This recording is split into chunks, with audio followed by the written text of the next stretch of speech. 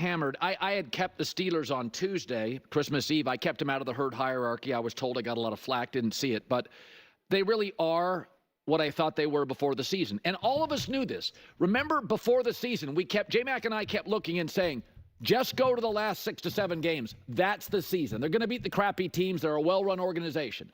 So offensively, they are incredibly dependent on George Pickens, a wide receiver, who is a moody, inconsistent player, and you do not want to be dependent on him. Defensively, they're getting worn down and regressing, and they can't beat Kansas City. That's now 0-4 against Mahomes. That's just the facts. So we knew before the season the final 7 or 8 games would decide the season. You knew it and I knew it. And, give them credit. They beat the Raiders. They beat the Giants. They beat the Jets. They're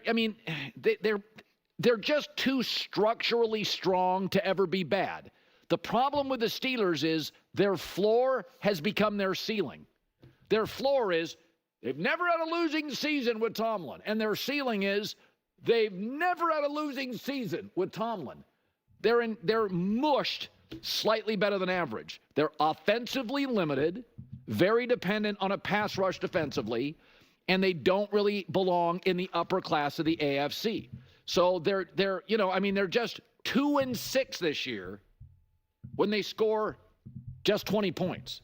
So basically, they can only win one way. The Chargers are a little bit like this as well. The Chargers are not going to win shootouts. They're not built yet in Harbaugh's first year to win shootouts. That's not what they're built to do. Now, the good news is the Chargers' defense isn't regressing. The Steelers, though, how many years is this? They can only win one way. If they get into a shootout with Lamar, Mahomes, Josh Allen, they're not built to win that way. So what they are right now is the Pittsburgh Steelers are a better version of last year. That's what they are. Again, they're too good and too well run to ever be bad. But just like Kansas City and Baltimore have looked great in these multiple games in short days, the Steelers have had 3 games in 11 days. Eagles, Ravens, and Chiefs couldn't compete with any of them.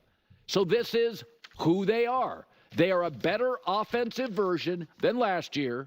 They're too dependent on George Pickens, who is an unreliable player who tends to be a bit moody and independent. You can't rely on that. Mike Tomlin's streak, yes, it's intact, but now their ceiling is their floor. Okay. Let's talk about this. This was not a good game for the Steelers by any stretch of the imagination, right? That cannot be denied.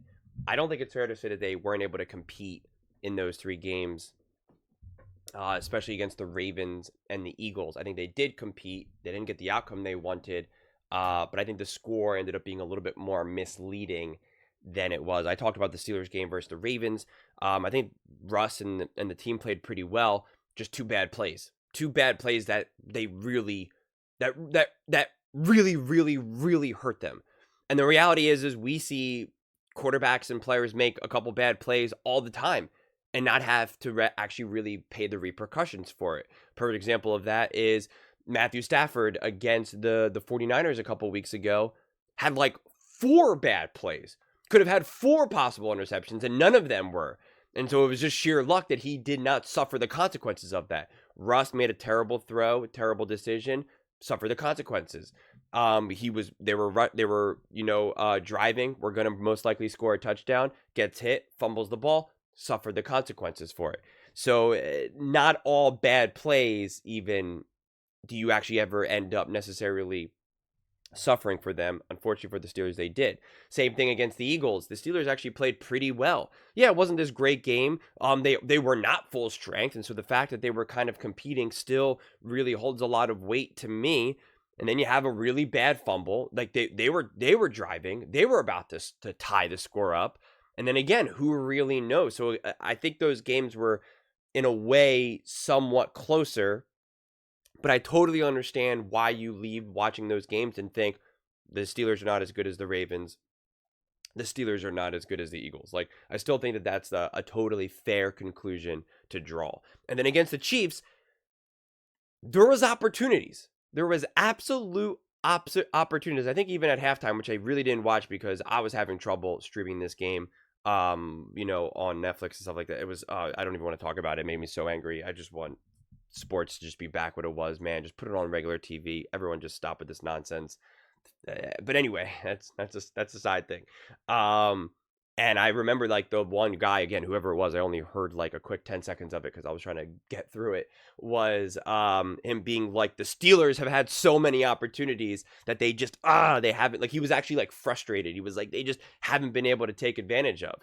And then not only do you have opportunities that you're not taking advantage of, but then you're making your own mistakes. And if you're playing the Kansas City Chiefs, if you don't take advantage of opportunities and you make your own mistakes, well, then it's game. That's how you're going to get 29-10. Don't fumble the ball the one time. And don't throw into triple coverage interception. Boom, the score now already like goes back down to like 21-17, 28-17, or excuse me, 22-17. Like just those two small things right there. I mean, not small, but two things right there. Boom, score changes. And you can't just plus and minus throughout a score. So I'm not trying to do that either. I'm just trying to highlight that you make mistakes and you don't capitalize. That's how you get a score like this. It wasn't so much that the Steelers like couldn't move the ball. Because sometimes if you look at a score like 29-10, you would be like, oh man, Steelers must have really struggled. And it seems like the Chiefs were able to do whatever they wanted. And that was not necessarily the case. That's not how this game unfolded. Now, again, it started to obviously really break away. And then once you kind of are far enough back, the Kansas City Chiefs are going to be able to lean on you. And you don't have a high-powered offense that can be able to get the job done. But anytime that there was kind of like, all right, you really need to play here, the Steelers weren't able to do it. And again, even with all that I said about, oh my God, if you just don't make a mistake here or you do this here, even with all that said, you're still watching the game and you're like, oh yeah, the Chiefs are a better team. Chiefs are a better team. What's frustrating is if you're a Steelers fan, and this is where you're going to have to kind of figure this stuff out, why were the Raiders able to play better against this Chiefs? Why were the Broncos? Why were the Panthers? Why were the Bengals? The Ravens? I mean, like virtually every single team was able to play better against the Chiefs than the Steelers. And that's what you kind of have to kind of figure out. Like, what was it? To me, the way how these games have unfolded for the Steelers is that they cannot make mistakes. There are some teams that can make mistakes and they can overcome those mistakes.